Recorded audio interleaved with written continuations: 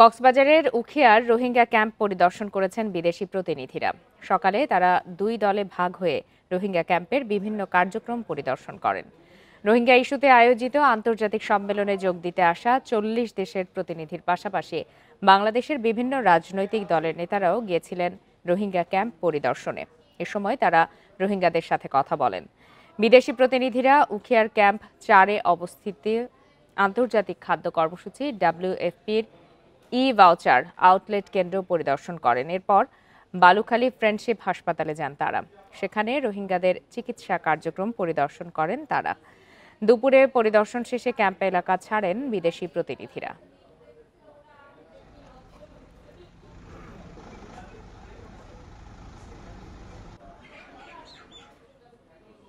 এ বিষয়ে আরো বিস্তারিত জানাতে এই মুহূর্তে কক্সবাজার থেকে যোগ দিয়েছেন সহকর্মী তৌফিকুল ইসলাম। তৌফিকুল ইসলাম, ৩ দিন ব্যাপী আন্তর্জাতিক সম্মেলন চলছে। আজ দ্বিতীয় দিনে রোহিঙ্গা ক্যাম্প পরিদর্শন করেছেন বিদেশি অতিথিরা এবং সাথে দেশের রাজনৈতিক নেতাকর্মীরাও ছিলেন। ক্যাম্প পরিদর্শনের পর তারা কি জানিয়েছেন?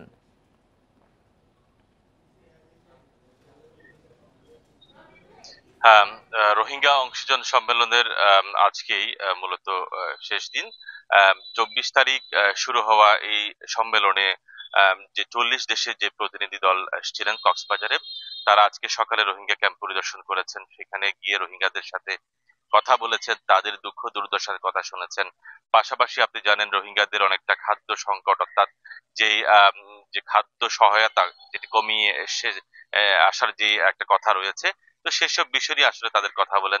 WFP আউটলেট তারা পরিদর্শন করেছেন এবং রোহিঙ্গাদেরকে অনেকটা তারা আশ্বস্ত করেছেন, যেহেতু ৪০ দেশের একেবারে হাই প্রোফাইলের লোকজন তারা এখানে এসেছেন। পাশাপাশি তাদের সাথে বাংলাদেশের বিভিন্ন রাজনৈতিক দলের নেতাকর্মীরাও কিন্তু উপস্থিত ছিলেন।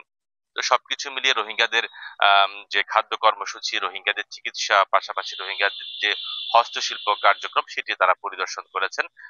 গতকালকে প্রধান উপদেষ্টা প্রফেসর মোহাম্মদ ইউনূস তিনি এসে একটি কথা বলেছেন। তিনি বলছেন যেহেতু রোহিঙ্গা যে সংকট সেটি মিয়ানমারে শুরু হয়েছে, সেই সংকট কিন্তু উত্তরণের পথ কিন্তু মিয়ানমারের কাছে। তারপরও যে সকল দেশের প্রতিনিধিরা আসছেন তাদের সহযোগিতা তিনি কামনা করেছেন।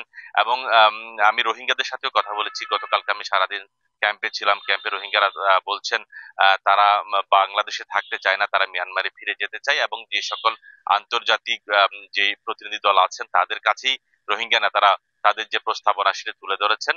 এবং একটা বিষয় স্পষ্ট এখানে তারা বলছেন, সেটি হচ্ছে সম্মান এবং মর্যাদার সাথে তারা নিজ দেশে ফিরতে চায়। তারা বাংলাদেশে সাময়িকভাবে আশ্রয় নিয়েছেন। আপনি জানেন গতকালকে রোহিঙ্গা গণহত্যা দিবস পালন করেছে রোহিঙ্গারা, এবং তারা ৮ বছর হয়ে গেছে। এই ৮ বছরে কোনো প্রত্যাবাসন হয়নি এবং অনেক রোহিঙ্গা তারা উচ্চতর ডিগ্রি কিংবা উন্নত বসবাসের জন্য তারা তৃতীয় কোনো দেশে যাচ্ছেন। এটি কোনো সমাধান নয় এবং তারা বলছেন তারা প্রতিনিধিদের কাছ থেকে রোহিঙ্গা প্রত্যাবাসনের বিষয়ে স্পষ্ট কোনো ধরনের ঘোষণা বা কোনো ধরনের সাহায্যের কথা সরাসরি তারা জানিয়েছেন কিনা? সরাসরি তারা ওইভাবে কোনো কথা তারা জানিয়েনি, গণমাধ্যমে জানায়নি। তবে তারা এটি বলেছেন যেহেতু অনেকটা মানবিক সংকটে রয়েছে রোহিঙ্গারা, তাদেরকে কিভাবে সাহায্য সহযোগিতা করা যায় সেই বিষয়গুলো তারা ভাবছেন বা চিন্তা ভাবনা করছেন। জানাচ্ছিলেন সহকর্মী তৌফিকুল ইসলাম।